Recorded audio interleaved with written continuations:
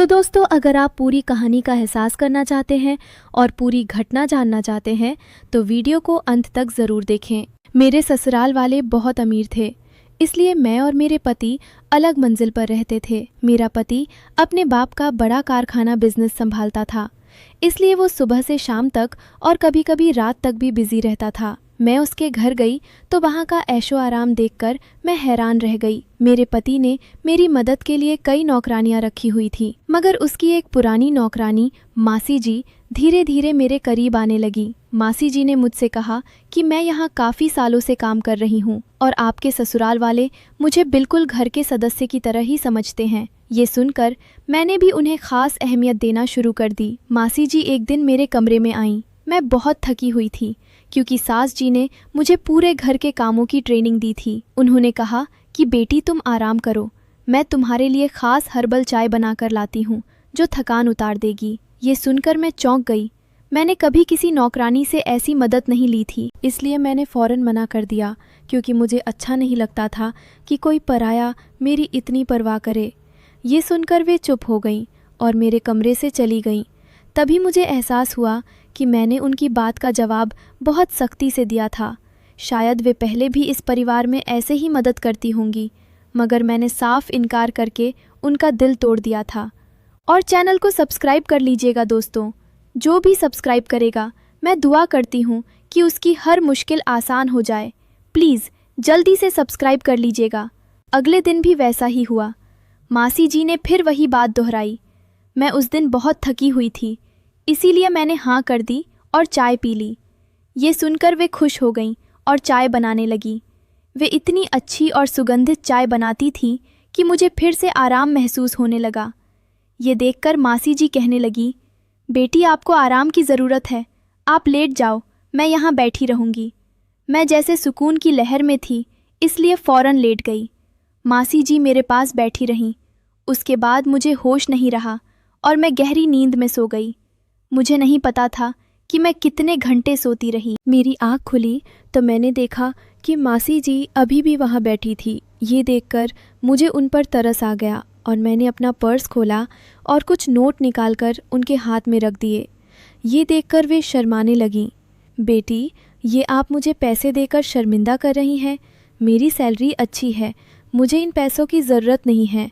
ये सुनकर मैंने कहा कि ये तुम्हारी मेहनत के हैं।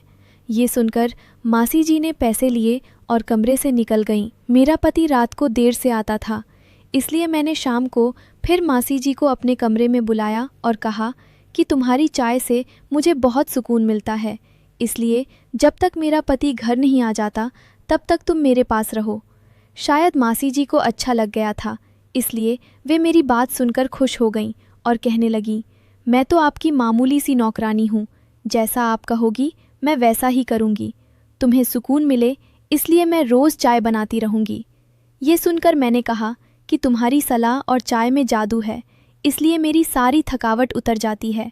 एक दिन मासी जी ने मुझसे कहा कि आपकी सास भी कभी कभी मुझसे चाय बनवा लेती थी।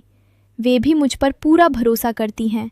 ऐसा हर शाम होता था। एक दिन मैंने अपने पति फहद से कहा कि जब से हमारी शादी हुई है हम कहीं घूमने भी नहीं गए। ये सुनकर मेरे पति ने कहा कि जब से शादी हुई है तुम भी तो हर वक्त थकी थकी रहती हो। मैं रात को घर आता हूँ तो तुम गहरी नींद में होती हो। दिन को मेरे पास वक्त नहीं होता और रात को मेरे आने से पहले तुम सो जाती हो। ये सुनकर मैं अपने दिल में सोचने लगी कि ये सब मासी जी की चाय की वजह से हो रहा था। मेरे पति की शिकायत बिल्कुल सही थी। मुझे रोज़ रात को अपने पति के लिए जागना चाहिए था।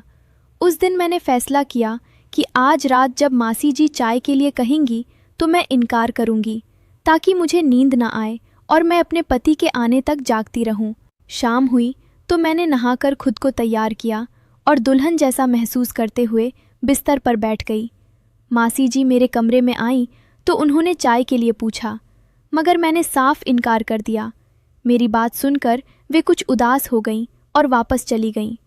कुछ देर बाद वे फिर आईं तो उनके हाथ में चाय का गिलास था।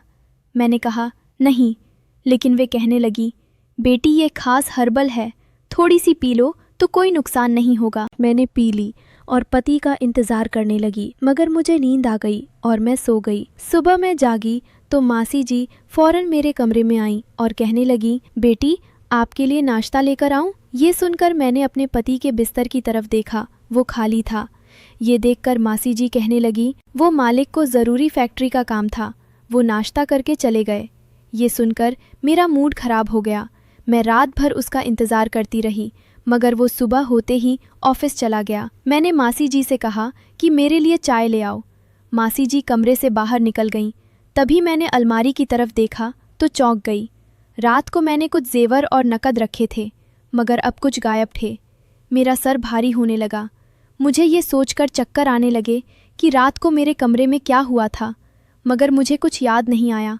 मेरा दिल घबराने लगा और मैंने अपना सर पकड़ लिया। इसलिए जब मासी जी चाय लेकर आईं तो मैंने उनसे कहा कि मुझे लगता है घर में कुछ गड़बड़ हो रही है। ये सुनकर वे कहने लगी, बेटी चिंता मत करो, सब ठीक है, मैं तुम पर भरोसा रखती हूँ। मेरा पति शाम को घर आए तो मैंने उन पर बरस पड़ी। मैं रात को तुम्हारे लिए जागती रही, मगर तुम नहीं आए। ये सुनकर मेरे पति कहने लगे, मैं रात को कमरे में आया तो तुम गहरी नींद में थी, इसलिए मैंने तुम्हें नहीं जगाया। ये सुनकर मैं चौंक गई, मगर मेरे जेवर किसने निकाले और नींद पूरी होने के बावजूद मेरा सर क्यों भारी है? मैं उलझ गई थी।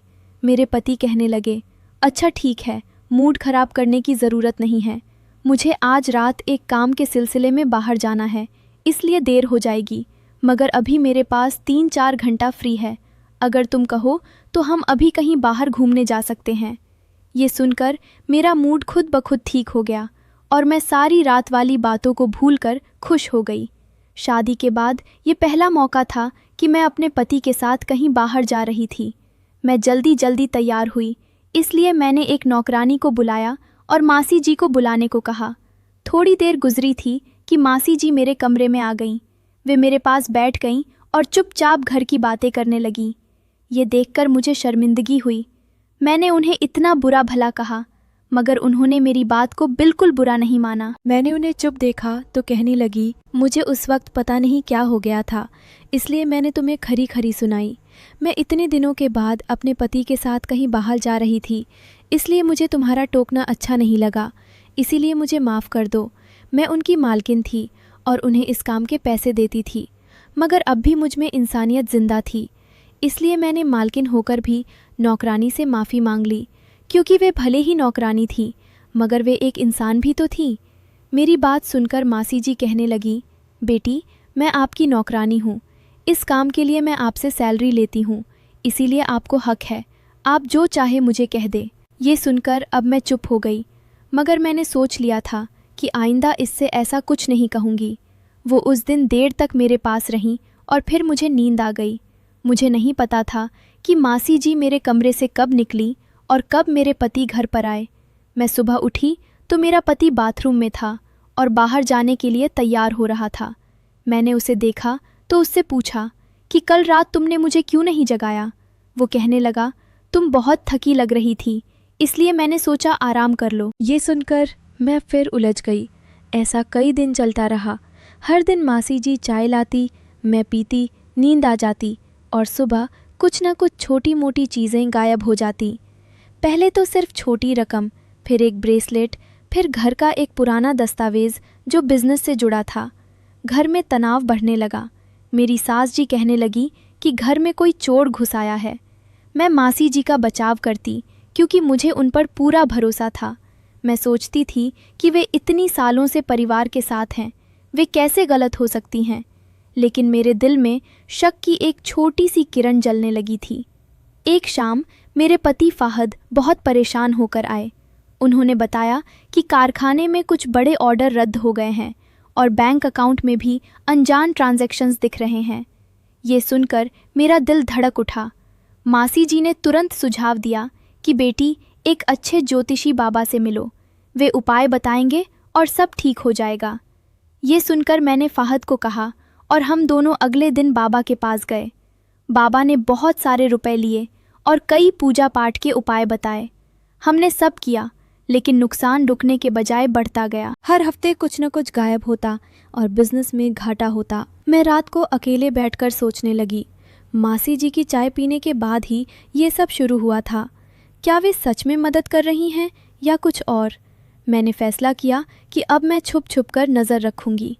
एक दिन मैंने देखा कि मासी जी मेरे कमरे से बाहर निकल रही थीं और उनके हाथ में एक छोटा सा लिफाफा था। मैंने पीछे पीछे जाकर देखा तो वे फ़ोन पर किसी से बात कर रही थीं।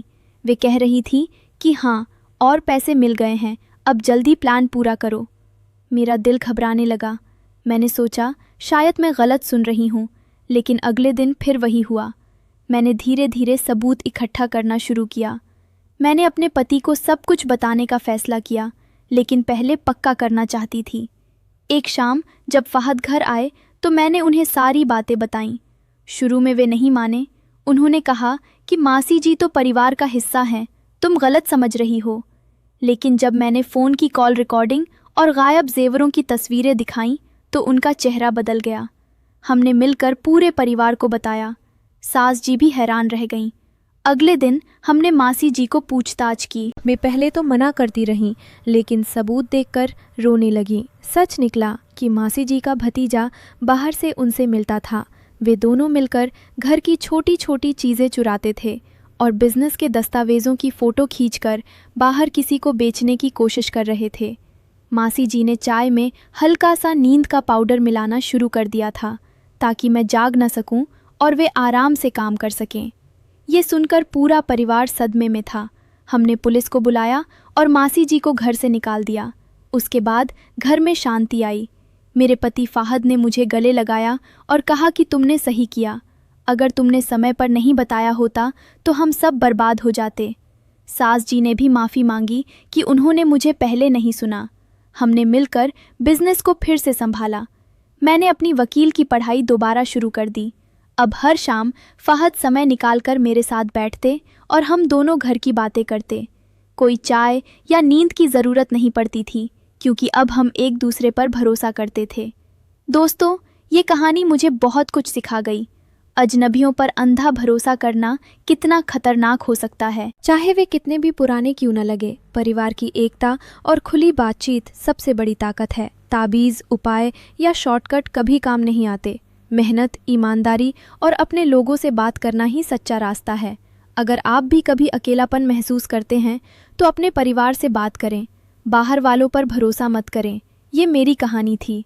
अगर आपको पसंद आई तो वीडियो को लाइक और शेयर ज़रूर करें। और हाँ, सब्सक्राइब करना मत भूलना।